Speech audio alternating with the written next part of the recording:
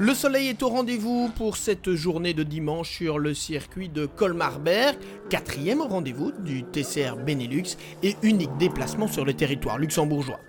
Il y a pas mal de public, une très bonne ambiance aussi sur la grille de départ de ce premier sprint où Lorenzo Doniaco se place en pole position devant Maxime Potti, les deux VW Golf GTI, en première ligne donc devant l'Opel Astra de Fred Capras et la Seat Leon numéro 2 d'Edouard Mondron. Troisième ligne pour Stéphane Lemray sur la Honda numéro 18 et David Dermont sur la Golf numéro 21. Tout est en place, les moteurs peuvent vrombir. Le départ arrêté que loupe totalement Lorenzo Doniaco et Maxime Potti qui ont tous les deux calé au moment de s'élancer. Fred Capras en profite, c'est lui qui vire en tête dans la chicane, emmenant dans sa roue Edouard Mondron et Stéphane Lemray. Edouard Mondron met directement la pression sur Fred Capras, son équipier au sein de l'European VFN Cup. Et il plonge dans un trou de souris. Mais les deux voitures se sont touchées et c'est en dernière position que Fred Capras pourra reprendre la piste. Edouard Mondron est en tête, Stéphane Lemray en deuxième position, Amaury Richard troisième et Renaud Cupens quatrième. Un tour plus tard, Stéphane Lemray prend la tête devant Edouard Mondron. On note effectivement la belle quatrième position de Renaud Cupens, parti depuis la 11e place seulement sur la grille de départ. Deuxième, Edouard Mondron part à la faute à la sortie de l'Oméga et il perd le bénéfice de son bon début de course. Dans le peloton, un jeune pilote impressionne. Maxime Potti, après son départ manqué, est en pleine remontée. Il double ici Loris Sensetti pour prendre la 6e position.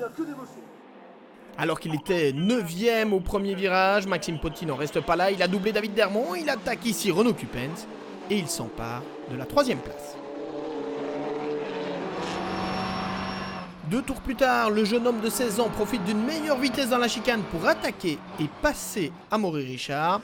Maxime Potti est en 2e position, il signe le meilleur tour en course et revient sur Stéphane Lemray pendant que David Dermont, qui occupait une très belle 5e place, est trahi par un roulement de sa Golf numéro 21.